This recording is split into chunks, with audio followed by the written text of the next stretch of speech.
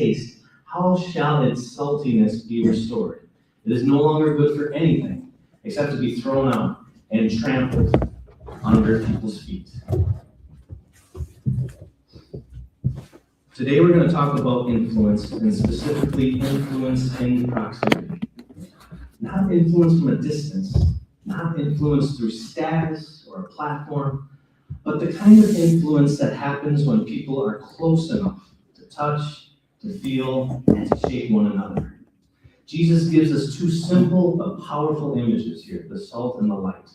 Both are ordinary, but both are everywhere, and yet both are essential. Without salt, food is bland and even decays, and without light, we stumble in darkness. And Jesus says this not to a select few, not to leaders only, but to all his followers. You are the salt of the earth. You are the light of the world. Not you might be, not you should try to be, but you are. So the question is not whether we have influence. The question is, what kind of influence are we having? So let's walk through all of that together. So, when Jesus says you are the salt of the earth, it's important to understand that salt in the ancient world had two primary purposes, preservation and flavor. Before refrigeration, salt kept things from rotting. It slowed decay. It protected what would otherwise spoil. And there's the first picture of your life as a believer. You are called to slow decay around you. Not by shouting louder, not by withdrawing completely, but by being present, faithful, consistent, and godly in the spaces God has placed you. Salt only works when it makes contact with that meat or whatever food is preserving. A bag of salt just sitting on the shelf does nothing.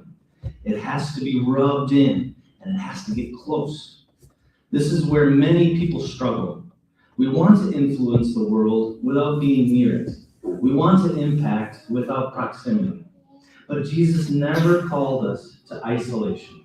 He called us to incarnation, to step into real lives, real relationships, and real environments. And so that means your workplace matters. And your family, your friendships, and your neighborhood, they all matter. Wherever you are there on purpose. But Jesus also gives us a warning. If salt loses its saltiness, how can it be made salty again? In other words, if you lose what makes you distinct, you special, you lose your influence. And salt doesn't taste like salt. Salt that doesn't taste like salt is useless.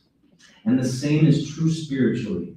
If we blend in completely, and there's no difference in how we speak, how we love, how we respond to pressure, then we lose the very thing that gives us influence. So there's a tension that we must hold.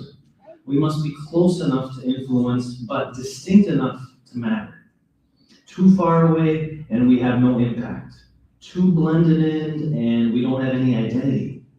So salt requires proximity, but also purity. Jesus continues with, you are the light of the world. A city on a hill cannot be hidden. And light does two things. It reveals and it guides. When light enters a dark room, it doesn't argue with the darkness. It just simply shines, and darkness retreats. This is important. Light doesn't fight darkness by force. It overcomes it with its presence. You don't have to win every argument to make a difference. Trust me, as a middle school teacher, I learned that quick. But you don't have to dominate every conversation either. Sometimes the most powerful thing you can do is live in a way that truth becomes visible. Light reveals what's real. It exposes what is hidden, not to shame, but to show the way forward. And Jesus says something very direct. Neither do people light a lamp and put it under a bowl. In other words, hiding your faith was never the plan. We often justify it. We say, oh, I don't want to offend anyone, or, oh, my faith is just private, it's between me and God, or I'll just live out my faith quietly. But Jesus didn't say, hide your light politely. He said, let your light shine before others. And I know as a public school, middle school teacher, I can't just blurt out, Jesus loves you to all my students. But the way I act, the way I care for them, the choices I make, all of that shows who's important to me. Yeah, Doug, I don't know. There's some kind of echo back here. I don't know. Anyway, just to let you know. Where was I going with that? But my students know. My students know that I love Jesus and I pray for them and I care for them in that way. And that's just a small example, at least in my own life, that I know is really, really important to me to help my students know Jesus loves them through my actions. So anyway, we're called to not be obnoxious and not self-righteous, but just live visibly. And why? So that they may see your good works and glorify your Father in heaven. Your life is not meant to point you beyond yourself. Light is not about drawing attention to a lamp. It's about illuminating the path. So again, that proximity is really important, and that really matters. Light that is hidden helps no one. Light that is distant guides no one. Your influence grows when people are close enough to see how you live. So now let's connect this to Proverbs. Okay, in Proverbs 27:17 it reads, iron sharpens iron, and one man sharpens another. Influence is not one directional. It's not just you affecting others, it's also others affecting you. And proximity cuts both ways. When iron sharpens iron, there is friction, there is contact, there is resistance, and through that process, both pieces become sharper. Real relationships are like that too. They're not always comfortable. They challenge you. They expose blind spots. They push you to grow. And that's why isolation is so dangerous. If you remove yourself from meaningful relationships, you remove one of God's primary tools for shaping your life. You need people who will speak truth to you. You need people who will encourage you, and people who will correct you when you're drifting. And just as importantly, others need that from you too. So influence and proximity is not just about being salt and light to the world, it's also about being sharpened within the community of believers. So I just want you to ask yourself, who is sharpening me and who am I sharpening? Because if the answer to both is no one, then something is missing.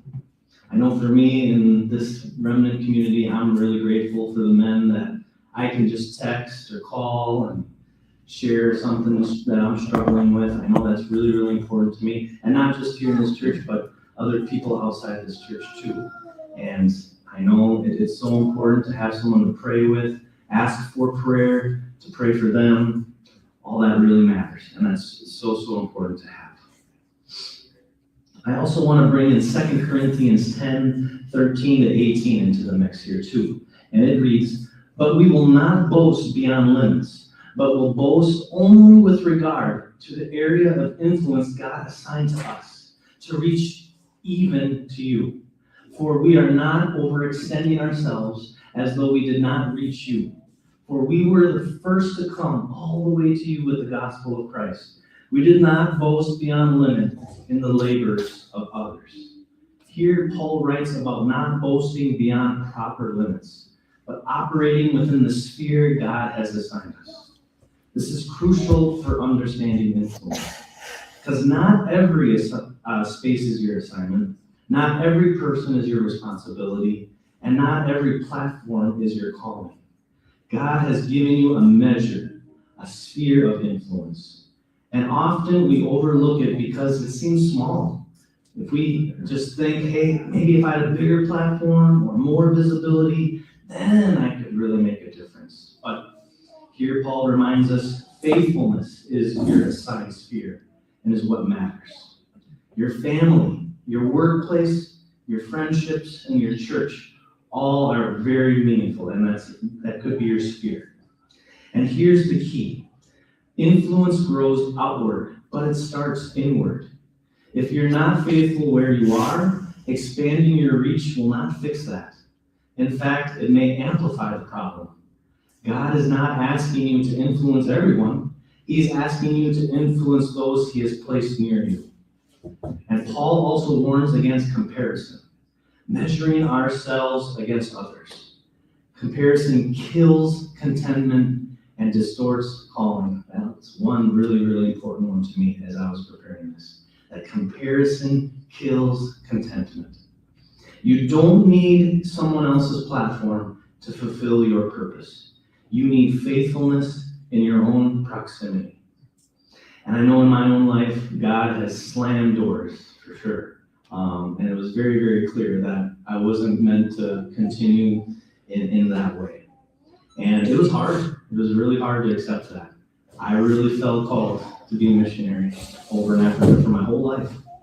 And it was painful. Lots of people just hurt me through all of that. But I know God formed me into the person and the man that he needed me to be today. And I know he's using all the struggles and challenges you have in your life to do the same thing for you. So let's be honest.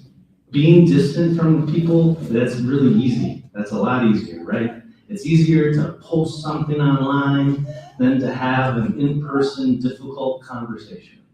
It's easier to talk about love than to practice it with difficult people.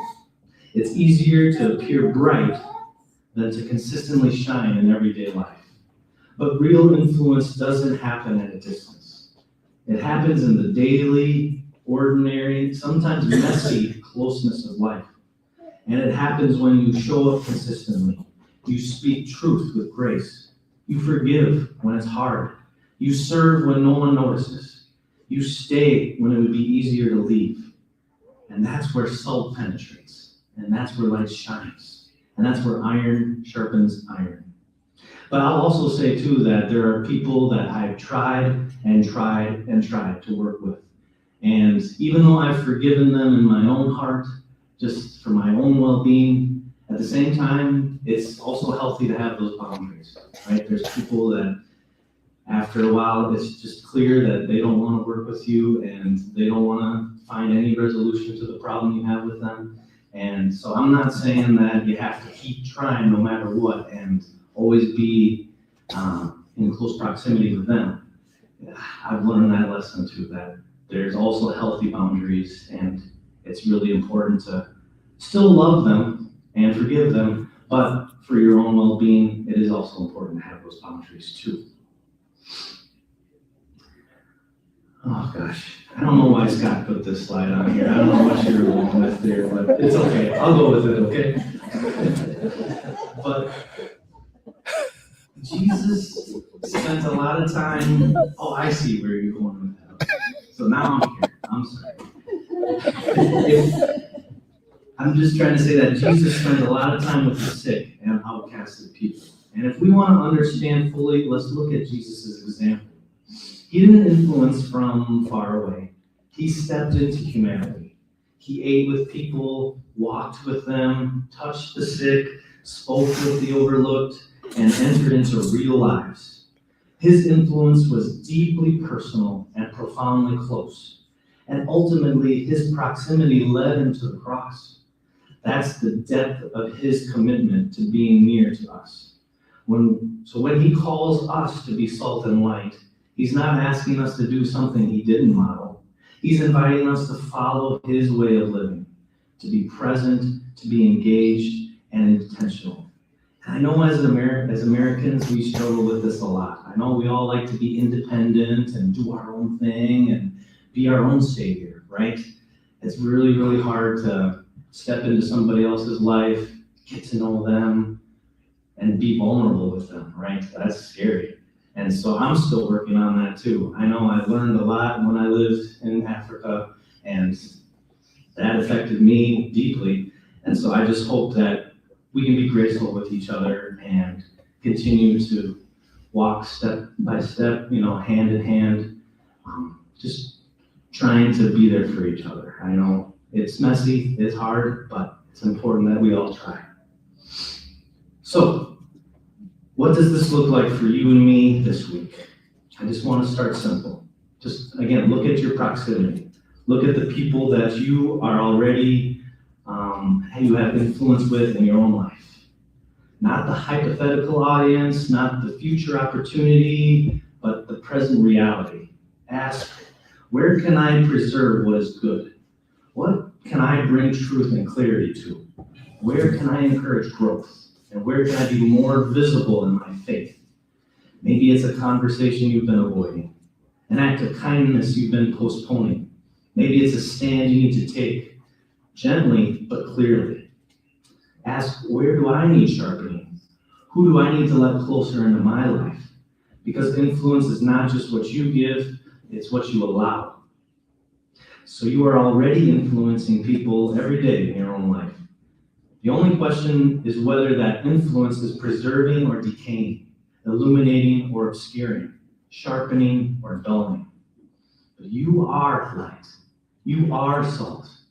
So don't withdraw and don't blend in. Step into your proximity with purpose and be present, be distinct, and be faithful. And trust that God will use your everyday interactions, however small they may be, to accomplish extraordinary things.